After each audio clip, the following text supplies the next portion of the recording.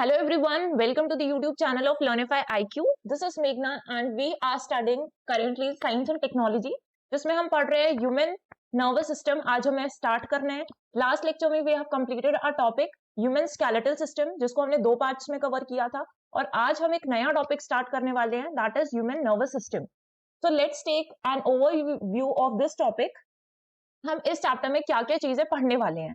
तो हम पढ़ने वाले हैं कि कंट्रोल एंड कोऑर्डिनेशन क्या है, what is control and coordination. उसके बाद हम देखेंगे नर्वस सिस्टम के बारे में. नर्वस सिस्टम जिसमें हमें दो तरीके से पढ़ना है उसको. तो नर्वस सिस्टम में हम पढ़ेंगे किसके बारे में, एक CNS central nervous system and दूसरा पढ़ेंगे हम पीएनएस पेरिफेरल नर्वस सिस्टम. फिर हम पढ़ेंगे ब्रेन के बारे में. उसके बाद आता है आपका स्पाइनल कॉर्ड. देन हम पढ़ेंगे न्यूरॉन्स क्या है, reflex action, types of reflex action and human eye. तो ये सारी चीजें हम थ्रू आउट द टॉपिक इन सारी चीजों को कंप्लीट करेंगे. So let's start our topic, that is control and coordination. पहले हम समझते हैं कि कंट्रोल और कोऑर्डिनेशन एक्चुअली में होता क्या है. ठीक है, तो जितने भी लिविंग ऑर्गेनिज्म हैं, जब वो किसी एनवायरनमेंट पे रहेंगे, सपोज ये उनका एनवायरनमेंट है, तो जितने भी लिविंग ऑर्गेनिज्म अगर किसी एनवायरनमेंट पे रहते हैं और आसपास एनवायरनमेंट में उनके कोई भी चेंजेस होता है, तो अगर आसपास के एनवायरनमेंट में उन्हें कोई भी चेंजेस दिखने मिलता है, तो वो उस चेंजेस में क्या करने लगेंगे, रिस्पॉन्ड करने लगेंगे. सो अगर वो लिविंग ऑर्गेनिज्म अपने आसपास के चेंजेस में रिस्पॉन्ड करते हैं, तो these changes in the environment to which the organism react are known as stimuli. इस चीज को हम क्या बोलते हैं, स्टिमुली कहते हैं. अब जैसे आप एनवायरनमेंट पे रह रहे हैं, तो आपके पास आसपास लाइट आती है, तो लाइट पे आप रिएक्ट करते हैं ना कुछ रिएक्शन देखने के लिए मिलेगा. अगर आपको कोई टच कर रहा है, तो उस टच के साथ भी आपका कोई ना कोई रिएक्शन होता है, आपको फील हो रहा है.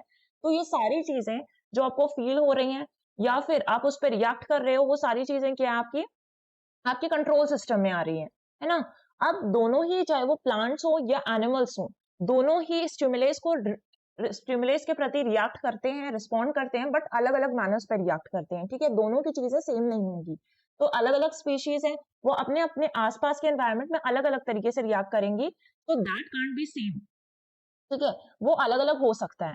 ये हो गया जो सिस्टम्स होंगे कि कंट्रोल एंड कोऑर्डिनेशन करने के लिए जो सिस्टम्स होते हैं एनिमल्स में.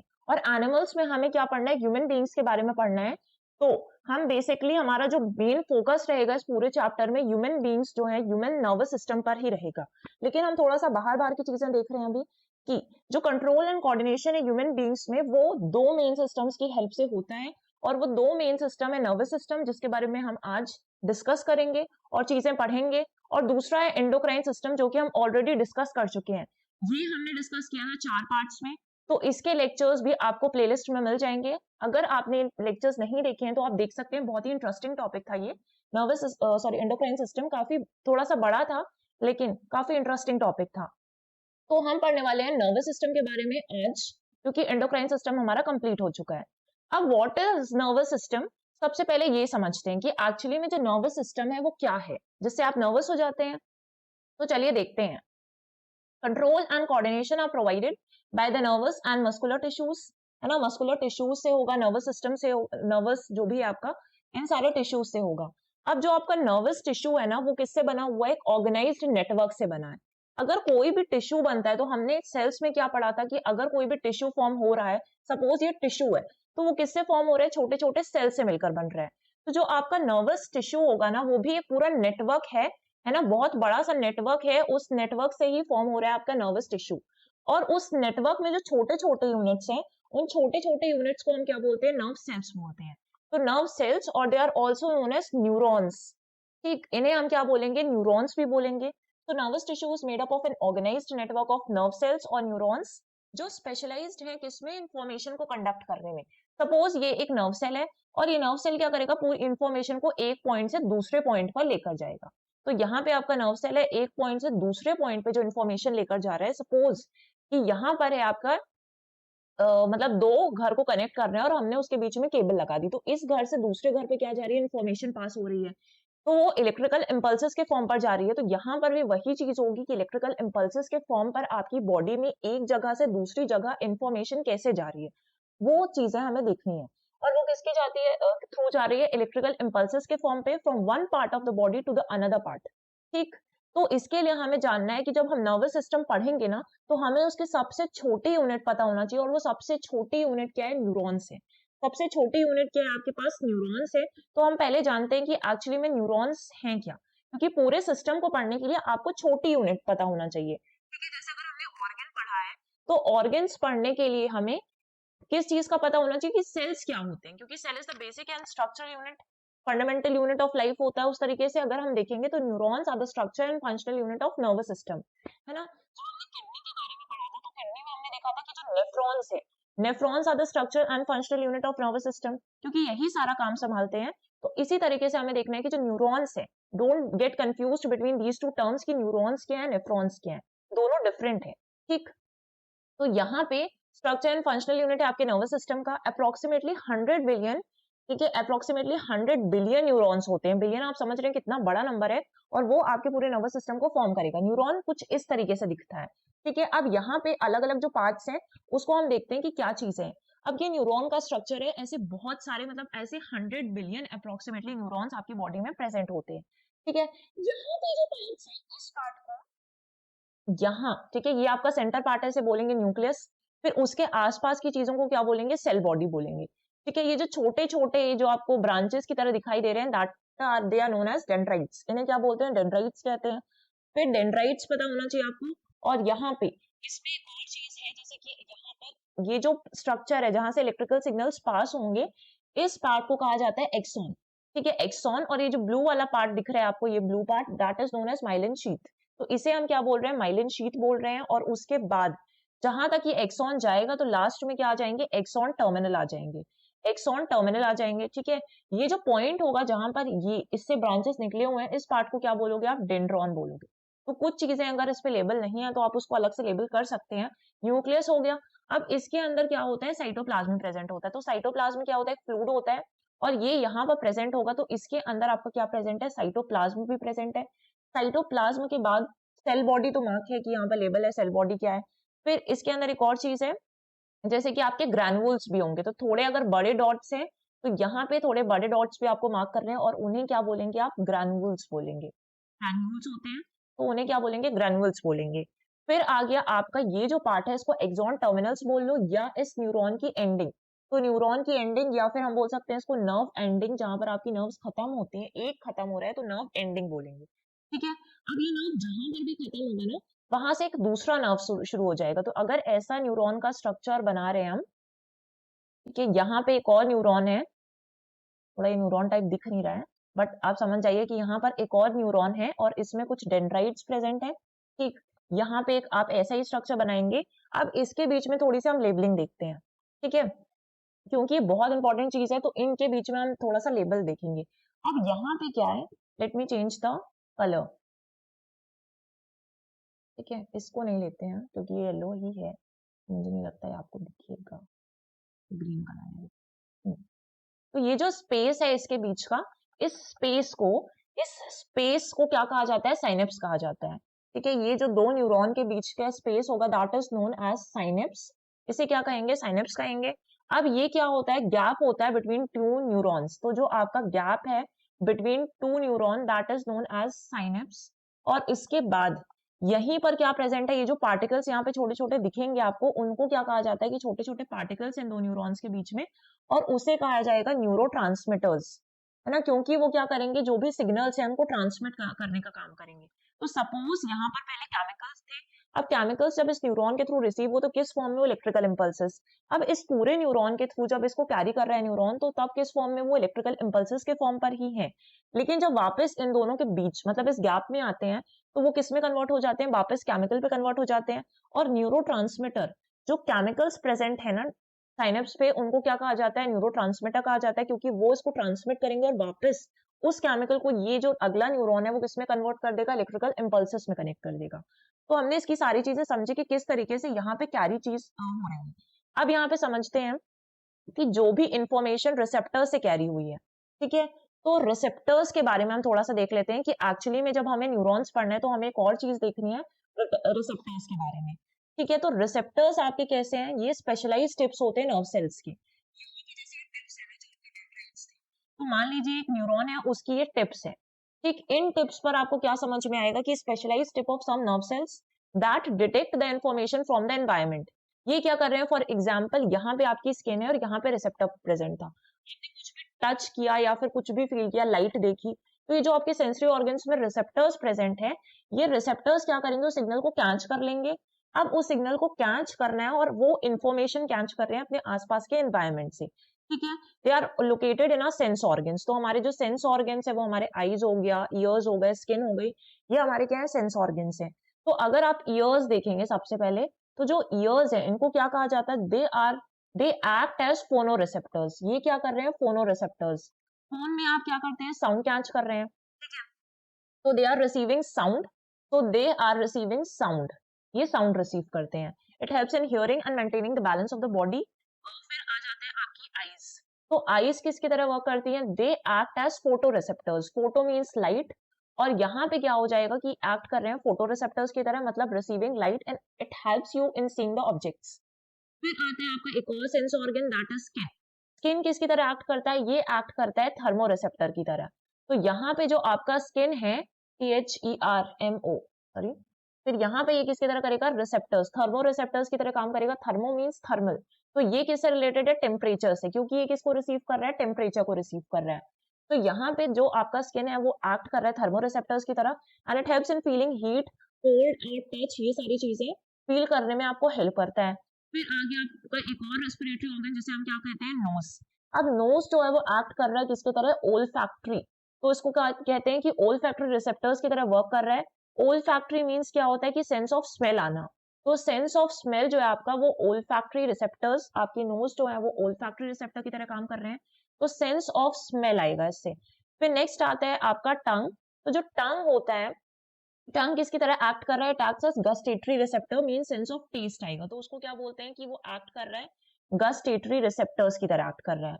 तो यहाँ पे ये हो गया आपका gustatory receptors, it acts as it helps in the detection of taste, ये हो गए हमारे रिसेप्टर्स। तो ईयर्स फोनो रिसेप्टर्स की तरह काम कर रहे हैं, आईज जो है it acts as photo receptors, skin is acting like the thermo receptors, and nose olfactory receptors की तरह काम करे जिससे आपको स्मेल का सेंस होगा, एंड टंग गस्टेटरी रिसेप्टर्स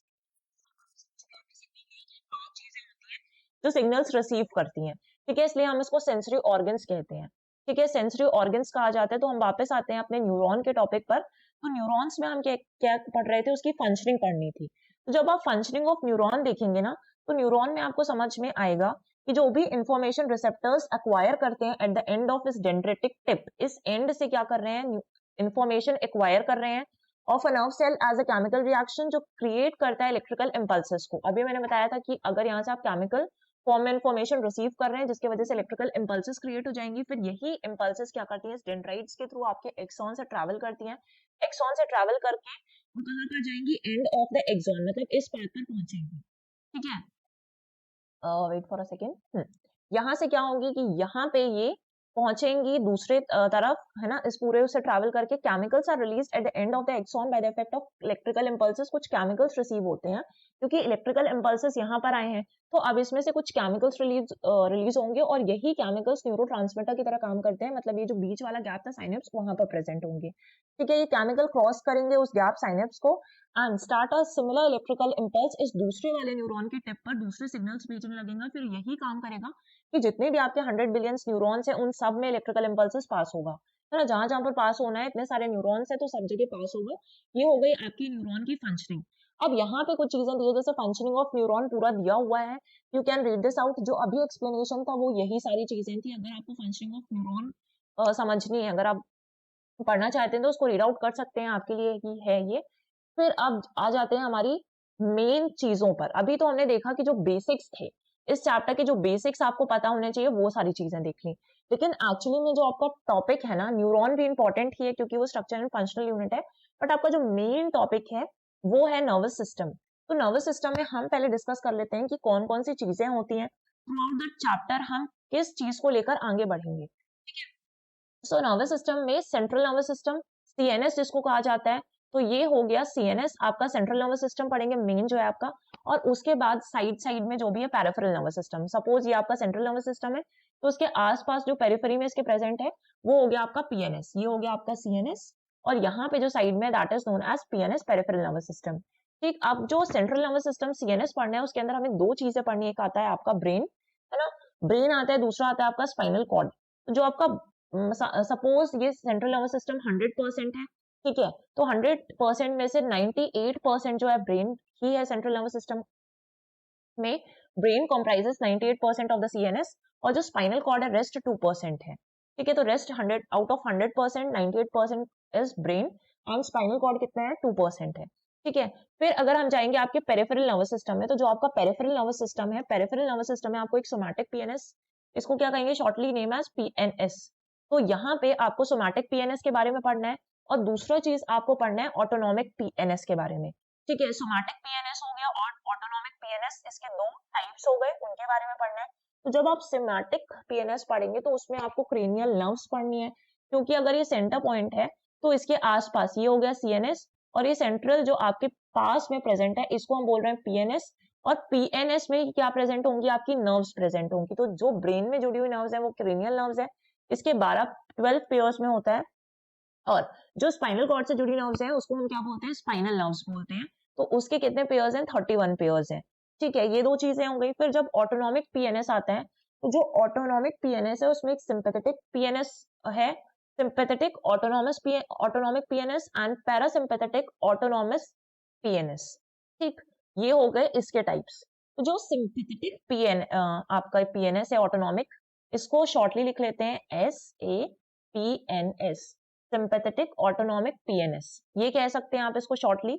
अब ये क्या कंट्रोल करता है,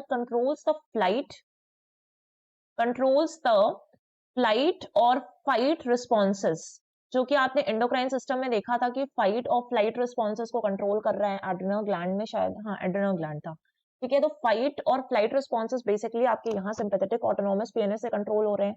तो फाइट्स और फ्लाइट को कंट्रोल कर रहा है ना सिंपैथेटिक। और जो पैरासिम्पैथेटिक है वो किसको कंट्रोल करता है, तो ये रेगुलेट करता है आपके रेस्ट एंड डाइजेस्ट को। तो डाइजेस्ट वाला प्रोसेस है, रेस्ट वाला प्रोसेस है आपका, वो पैरासिम्पैथेटिक के द्वारा कंट्रोल किया जाता है। तो it controls rest and digest functions को ये कंट्रोल कर रहा है। अब सिंपैथेटिक का मतलब होता है कि आप कंसिडर करेंगे इसको दया के साथ। तो जब आप थक जाते हैं तो आपकी बॉडी, आपके ब्रेन को आपकी बॉडी पर दया आ रही है, रेस्ट एंड डाइजेस्ट, बट ऐसा नहीं, यहाँ पे उल्टा चीजें हैं, ठीक है। ये जो सिंपैथेटिक वाला केस है वो फाइट और फ्लाइट में है, और पैरासिम्पैथेटिक वाला केस जो है आपका control rest and digest functions को ये कंट्रोल करता है, ठीक है। ये सारी चीजें क्लियर हो गई। अब इन्हीं चीजों को हमें आगे पढ़ना है। तो सबसे पहले आपके सेंट्रल नर्वस सिस्टम में आ जाता है आपका ब्रेन, ठीक। तो जो ब्रेन है उसको हम पढ़ेंगे। Brain is also known as encephalon, and the brain is a complex organ. Obviously complex तो है ही, इतनी कॉम्प्लेक्सिटी क्रिएट करता है आपके लिए, तो कॉम्प्लेक्स तो है, that controls many body functions, लेकिन सबसे इंपॉर्टेंट भी वही है, ठीक। It's made up of billions of cells called neurons. अभी हमने देखा न्यूरॉन्स हैं तो उनके बिलियंस ऑफ सेल्स से बना है, जिसको न्यूरॉन्स कहते हैं। वेट कितना है, 1.4 किलोग्राम, लगभग हम मान सकते हैं 1.5 kg है। 1400 ग्राम्स का है, ठीक है। 1400 ग्राम्स तक इसका वेट होता है, वो डिपेंड करता है person to person. And the brain is protected within the skull. जो आपका स्कल है, स्केलेटल सिस्टम है, स्कल पढ़ा था, ठीक है। स्कल मींस यहाँ पर ब्रेन बॉक्स है आपका, उसके अंदर आपका ब्रेन प्रोटेक्टेड है and plays a central role in almost every major body function में। जो भी आपका ब्रेन है वो एक इंपॉर्टेंट फंक्शंस परफॉर्म कर रहा है। अब फंक्शंस ऑफ ब्रेन क्या है, तो सेंसरी इंफॉर्मेशन को प्रोसेस कर रहा है, मोटर रिस्पॉन्सेस हो गए आपके, लर्निंग में हेल्प कर रहा है, ब्लड प्रेशर एंड ब्रीथिंग को कंट्रोल कर रहा है। वो सारी चीजें आपके ब्रेन से कंट्रोल होती है। भले ही हमने अलग अलग सिस्टम्स पढ़े कि डाइजेस्टिव सिस्टम तो भाई हमारा, तो डाइजेस्टिव सिस्टम में हमने पूरा डाइजेस्टिव सिस्टम काम कर रहा है, वो जो डाइजेशन का प्रोसेस कंप्लीट कर रहा है। हमने बीपी के लिए पढ़ा, ब्रीदिंग और रेस्पिरेशन में हमने रेस्पिरेटरी सिस्टम पढ़ा था। तो एक्चुअली में सारी चीजें आपकी अल्टीमेटली ब्रेन से ही कंट्रोल हो रही है, ठीक है। टेम्परेचर रेगुलेशन पढ़ा था हमने कि आपका टेम्परेचर रेगुलेशन करता है आपका थायराइड ग्लैंड में होता है, लेकिन वो भी अल्टीमेटली कहाँ से काम कर रहा है, आपके ब्रेन से ही सिग्नल्स मिल रहे हैं उसको काम करने के लिए। तो ये सारे हो गए ब्रेन के फंक्शंस। अब देखिए हमारे पास एक डायग्राम ये है, ठीक है, लेकिन आई थिंक कि मुझे आपको एक सेपरेटली डायग्राम बनाना चाहिए, कि वो अगर आपको एग्जाम में काम आने वाला है, ठीक है, कि किस तरीके से इसको हम यूज कर सकते हैं। अगर आप स्टेट पीसीएस के मेंस देंगे तो वहां पर आपको खुद ही डायग्राम ड्रॉ करना है, और इस चीजों में कहीं पर भी ऐसे एग्जाम पर आप अपियर होंगे जहां पर है, तो वहां पर आप थोड़ा सा देख लीजिए, क्योंकि इससे आपको लेबलिंग भी क्लियर हो जाएगी, ठीक है। इस तरीके का आपने ये थोड़ा सा कर्व शेप में बनाइएगा ना। थोड़ा सा मेरा डायग्राम गंदा हो सकता है, तो यहाँ पे आपको अलग अलग पार्ट्स अलग से लेबल मिल जाएंगे। यहाँ पे ये पार्ट हो गया, फिर यहाँ पे आप देखेंगे कि यहाँ पे अलग से पार्ट होगा। कुछ अलग अलग चीजें बनानी, जैसे यहाँ पर हम देखेंगे ये पीनियल ग्लैंड मार्क कर लेते हैं, यहाँ पे आपका हो जाता है पिट्यूटरी ग्लैंड। ठीक, पिट्यूटरी ग्लैंड हो जाएगा और उसके बाद से ये जो पार्ट होगा आपका यहाँ पे बना लेते हैं हम ओल्फैक्टरी लोब, यहाँ पे प्रेजेंट होता है। ठीक है, उसके नीचे आप देखेंगे कि यहाँ से आपका स्पाइनल कॉर्ड हो जाएगा। इस तरीके से आपका क्या हो गया, स्पाइनल कॉर्ड हो गया। तो अब इसको क्या करते हैं, लेबल कर लेते हैं कि जो अलग अलग पार्ट्स हैं, जैसे ये हमने क्या बोला कि this is known as olfactory lobe. जो आपका स्मेल वाला फंक्शन था वो ये ही सिस्टम कर रहा है ब्रेन का। ठीक, फिर यहाँ पे आ जाता है this is known as pineal gland, जिसको हम ऑलरेडी डिटेल में डिस्कस कर चुके हैं। कहाँ पर, एंडोक्राइन सिस्टम में डिस्कस कर चुके हैं। ये जो लाइनिंग वाला पार्ट है, इस लाइनिंग वाले पार्ट को क्या कहा जाता है, सेरिबेलम कहा जाता है। ठीक है, ये पार्ट जो होगा this is known as cerebellum. फिर उसके नीचे यहाँ पर एक और होगा पार्ट, ये जो आपका यहाँ पे प्रेजेंट होता है इसको हम बोलते हैं मिड ब्रेन। तो जब आप ब्रेन पढ़ेंगे ना तो वो 3 पार्ट्स में डिवाइडेड है, fore brain, mid brain and hind brain. तो ये हो गया आपका मिड ब्रेन वाला पार्ट। इसके नीचे जो पार्ट आता है, मतलब ये वाला जो स्पेस होगा उसके जस्ट नीचे, मतलब उसी में होता है एक्चुअली में, तो इसको हम बोलते हैं पोन्स, पोन्स वेरोली कहते हैं। ठीक है, VAROLI, पोन्स वेरोली कहते हैं। फिर इसके बाद ये जो ट्यूब लाइक स्ट्रक्चर है, इस पार्ट को आप क्या कहेंगे, तो इसको कहा जाता है मेड्यूला ऑब्लेंगेटा। इसको क्या कहा जाता है, मेड्यूला ऑब्लेंगेटा कहा जाता है। अब यहाँ पे जो पोन्स वेरोली है और ये एक साथ है मेड्यूला ऑब्लेंगेटा, और इसके साथ ही साथ ये जो आपका स्पाइनल कॉर्ड है। ठीक है, स्पाइनल कॉर्ड अलग से पार्ट है। तो यहाँ पे जो स्पाइनल कॉर्ड है वो हो गया a band of tissues, nerves and cell का एक बैंड होता है। तो इन तीनों पार्ट्स को together they are known as brain stem. ये क्या है, ब्रेन के स्टेम है। इसलिए ये तीनों पार्ट को आपको ये पता होना चाहिए कि जो पोन्स वेरोली है, medulla oblongata and spinal cord, they together are known as brain stem. इनको क्या कहा जा रहा है, ब्रेन स्टेम। अब आ जाता है यहाँ पर, तो ये हो गया आपका पिट्यूटरी ग्लैंड। तो this is known as pituitary gland, इसे आप क्या कहेंगे, पिट्यूटरी ग्लैंड कहेंगे। फिर आ जाते हैं हम कुछ और पार्ट्स में। तो ये जो अपर पार्ट है, यहाँ ये जो ऊपर वाला पार्ट है, इसको आप क्या कहते हैं, इसको कहते हैं एपिथैलेमस कहते हैं। तो this part is known as epithalamus. इसे क्या कह रहे हैं, एपिथैलेमस कह रहे हैं। उसके जस्ट ये जो मिडिल वाला पार्ट है, this mid part is known as thalamus. इस मिड पार्ट को क्या कहेंगे, थैलेमस कहेंगे। और आपका जो एक इंपॉर्टेंट पार्ट है, ये जो नीचे वाला पार्ट है, this part is known as hypothalamus. तो this part is known as hypothalamus. इसे पार्ट को क्या कहेंगे, हाइपोथैलेमस कहते हैं। और इन तीनों को एक साथ क्या कहा जाता है, डायएन्सेफेलॉन कहा जाता है। ठीक है, डायएन्सेफेलॉन, ये तीनों को हम एक साथ कहते हैं। आपका एपिथैलेमस जो ऊपर आएगा, बीच में जो मिडिल पार्ट है that is known as thalamus, and जो नीचे वाला पार्ट है उसको क्या कहते हैं, हाइपोथैलेमस कहते हैं। ठीक, ये हो गया। और ये जो सबसे बड़ा जो large portion of the brain दिख रहा है वो होता है आपका सेरिबेरम। तो सेरिबेरम और सेरिबेलम में कंफ्यूज मत होइएगा, क्योंकि सेरिबेलम आपका इस साइड है और जो सेरिबेरम है वो सबसे largest part of the brain कहलाता है। ये हो गया आपका लेबलिंग, है ना। वेट हमने कितना देखा, और ब्रेन को एंसेफेलॉन कहते हैं, इन तीनों को एक साथ डायएन्सेफेलॉन कहते हैं। ये चीजें भी आपको ध्यान में रखनी है। वेट कितना था, लगभग 1350 या 1400 ग्राम के बीच पे रहता है, जो उसका एवरेज वेट है वो हो गया। अब ब्रेन के बारे में पढ़ना है, तो जो आपके ब्रेन वाला पार्ट है ना, वो आपको 3 साइड से पढ़ना है। फोर ब्रेन वाला पार्ट रहेगा, फिर आएगा मिड ब्रेन वाला पार्ट, और नेक्स्ट आएगा आपका हिंड ब्रेन वाला पार्ट। ठीक है, fore brain, mid brain and hind brain वाला पार्ट आएगा। तो जो आपका फोर ब्रेन है, इसमें क्या कौन कौन सी चीजें आ जाती है, तो इसमें आ जाता है आपका सेरेबेरम, फिर उसके नीचे आता है ओल्फैक्टरी लोब, और उसके बाद क्या आ जाता है, डायएन्सेफेलॉन आ जाता है। ये तीनों पार्ट आपके फोर ब्रेन के पार्ट है। सेरेबेरम, है ना, सेरेबेरम हो गया, ओल्फैक्टरी लोब हो गया, और तीसरा क्या हो गया आपका जो डायएन्सेफेलॉन वाला पार्ट है। ये तीनों ही पार्ट आपके केस में आते हैं, फोर ब्रेन में आते हैं। ठीक, फिर नेक्स्ट है आपका जो मिड ब्रेन है, उसमें मिड ब्रेन में आपको कॉर्पोरा क्वाड्रिगेमिना पढ़ना है, और दूसरा है सेरेब्रल पेंडिकल, पेडएंकल पढ़ना है। ठीक है, ये जो पार्ट है इसको आप टुगेदर क्या कहते हैं, ओल्फैक्टरी लोब। तो हम इसी नाम से पढ़ेंगे, इसको हमें सेपरेटली नहीं पढ़ना है कि ये जो कॉम्प्लेक्स टाइप के नाम है वो अलग से नहीं पढ़ना है, दोनों किसके पार्ट है, ओल्फैक्टरी लोब के पार्ट है। फिर थर्ड में आता है आपका हिंड ब्रेन, तो इसमें हो गया आपका सेरेबेलम, पोन्स वेरोली आता है, और मेड्यूला ऑब्लेंगेटा आता है। सेरेबेलम आएगा, फिर आता है पोन्स वेरोली, और उसके बाद आता है मेड्यूला ऑब्लेंगेटा आता है। ठीक, इसके बाद जाते हैं हम सेरेबेरम पे। तो जो आपका सेरेबेरम है, सेरेब्रम क्या है, largest part of the brain है, and it's located at the top of the brain. हमने अभी इसका पोजीशन देखा कि ये जो पोजीशन है वो कहाँ पर दिख रहा है आपको, टॉप ऑफ द ब्रेन पे दिख रहा है। ये है सबसे बड़ा पार्ट भी यही है आपके ब्रेन का। उसके बाद से cerebrum is divided into two parts. Cerebrum जो है आपका उसको हमने दो पार्ट्स में बांट लिया। एक हो जाएगा आपका जो राइट पार्ट है, ठीक है, तो यहाँ पे इसको ले लेते हैं कि आपका लेफ्ट हो गया और यहाँ पे इसको ले लेते हैं कि राइट पार्ट हो गया।